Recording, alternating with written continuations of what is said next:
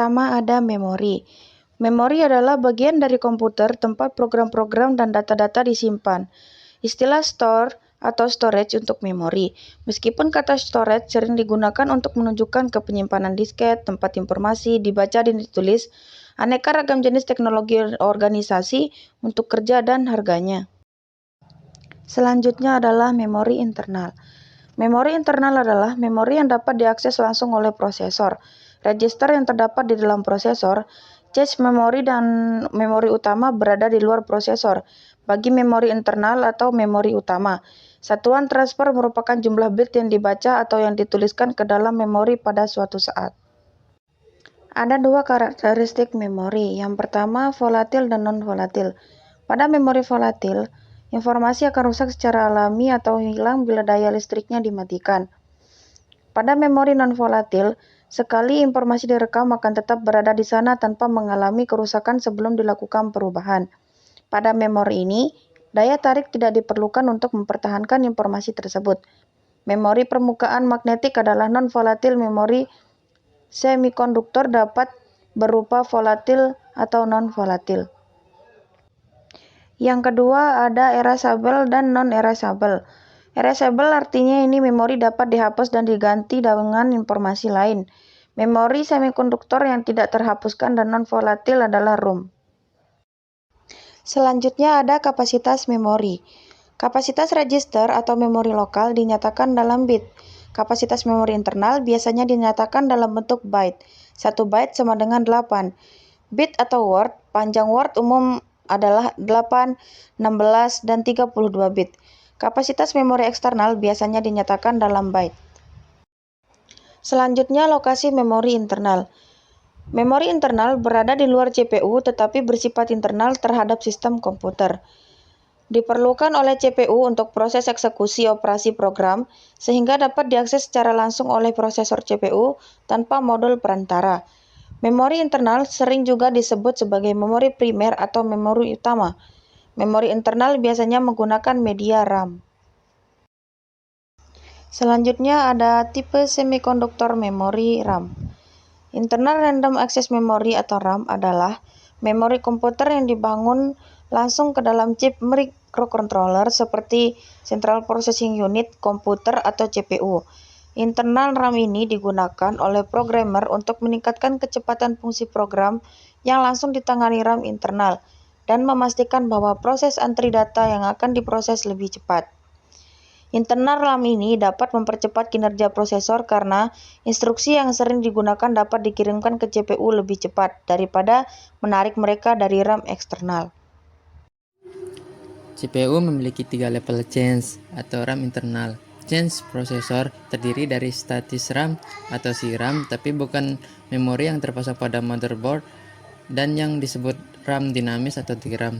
Ketika CPU mencari data, cek pertama dilakukan pada level 1 L1, lalu level 2 L2, lalu level 3 L3. Jika data tidak ditemukan, maka CPU akan menarik data dari DRAM. Selanjutnya ada jenis-jenis RAM. Yang pertama ada statis RAM. Static RAM biasanya digunakan pada change memory atau change buffer. Static RAM beragak mahal karena bekerja super cepat dalam transfer data. Ciri-cirinya adalah sebagai berikut. Disusun oleh deretan flip-flop, baik SRAM maupun DRAM adalah volatile. Sel memori DRAM lebih sederhana dibandingkan SRAM karena itu lebih kecil. DRAM lebih rapat, sel lebih kecil, sama dengan lebih banyak sel persatuan luas dan lebih murah. DRAM memerlukan rangkaian pengosongan muatan DRAM cenderung lebih baik bila digunakan kebutuhan memori yang lebih besar. DRAM lebih lambat. Selanjutnya ada RAM dinamik atau DRAM. RAM yang dinamis adalah suatu variasi integrated circuit atau SIP yang digunakan pada RAM. Dinamik RAM hanya dapat menyimpan data apabila ada tenaga atau power yang diberikan kepadanya atau refresh. Apabila tenaganya hilang, maka data yang disimpan juga akan hilang dengan sendirinya. Untuk itu dibutuhkan suplai tenaga terus-menerus agar RAM bekerja sebagaimana mestinya. Selanjutnya ada SDRAM. Salah satu jenis DRAM yang operasinya disinkronasikan langsung dengan sinyal clock. SDRAM muncul di pasaran dengan ukuran 64 bit atau sepanjang 168 pin DIMMS. SDRAM hanya mengakses 612 ns pada frekuensi kerja 66 MHz.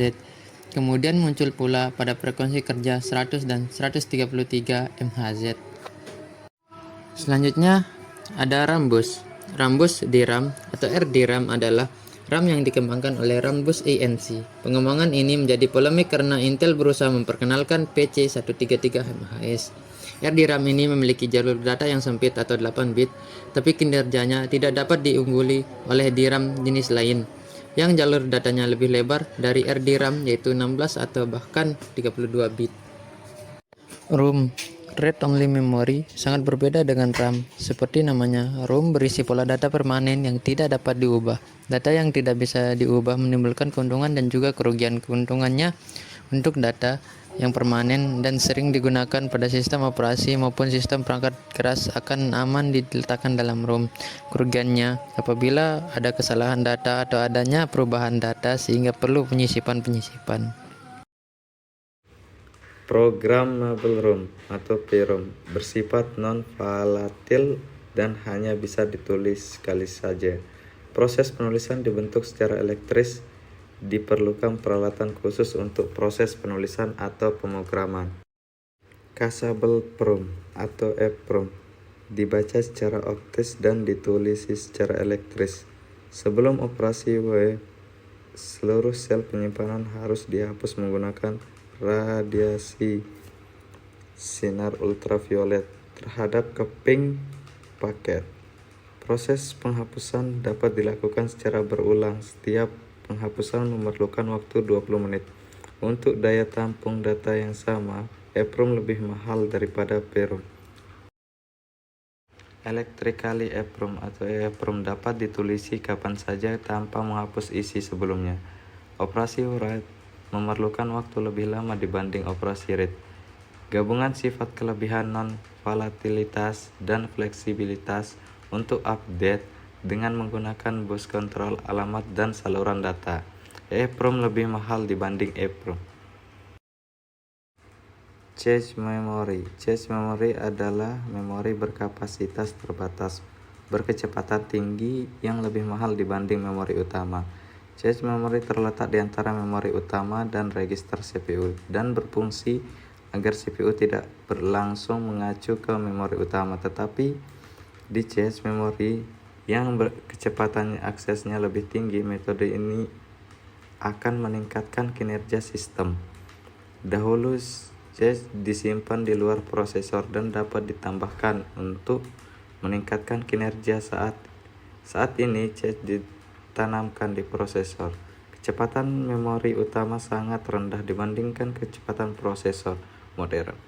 Untuk performa yang lebih baik, prosesor tidak dapat membuang waktunya dengan menunggu untuk mengakses instruksi dan data pada memori utama. Buffer berkecepatan tinggi yang digunakan untuk menyimpan data yang diakses pada saat itu dan data yang berdekatan dalam memori utama. Waktu akses memori cache lebih cepat 5 sampai dengan 10 kali dibandingkan memori utama. Prinsip kerja cache memory. Cache berisi salinan sebagian isi memori utama. Pada saat CPU membaca sebuah word memory, dilakukan pemeriksaan untuk mengetahui apakah word berada di cache. Jika word berada di cache, maka akan dikirimkan ke CPU yang dikenal sebagai prosesor head. Jika tidak ada, maka blok memori utama yang terdiri dari sejumlah word tetap akan diletakkan di cache yang dikenal sebagai prosesor miss dan selanjutnya dikirim ke CPU. Kesimpulan, materi memori internal adalah memori yang terdapat dalam sebuah perangkat seperti komputer atau smartphone. Kesimpulannya, memori internal penting karena penyimpanan data dan aplikasi yang diperlukan untuk operasi perangkat tersebut. Upaya untuk meningkatkan kapasitas dan kecepatan memori internal dapat meningkatkan kinerja perangkat secara keseluruhan.